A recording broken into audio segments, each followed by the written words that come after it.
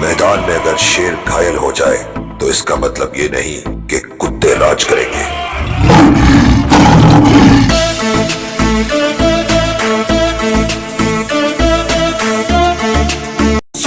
मैदान में अगर शेर घायल हो जाए तो इसका मतलब ये नहीं कि कुत्ते राज करेंगे।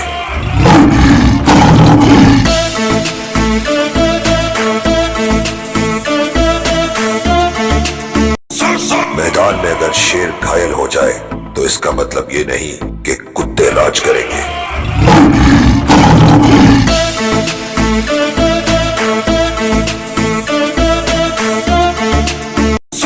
मैदान में अगर शेर घायल हो जाए तो इसका मतलब ये नहीं कि कुत्ते राज करेंगे।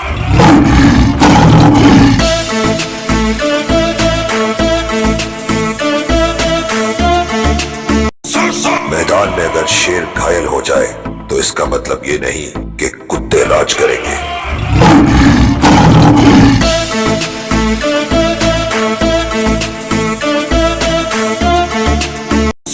मैदान में अगर शेर घायल हो जाए तो इसका मतलब ये नहीं कि कुत्ते राज करेंगे।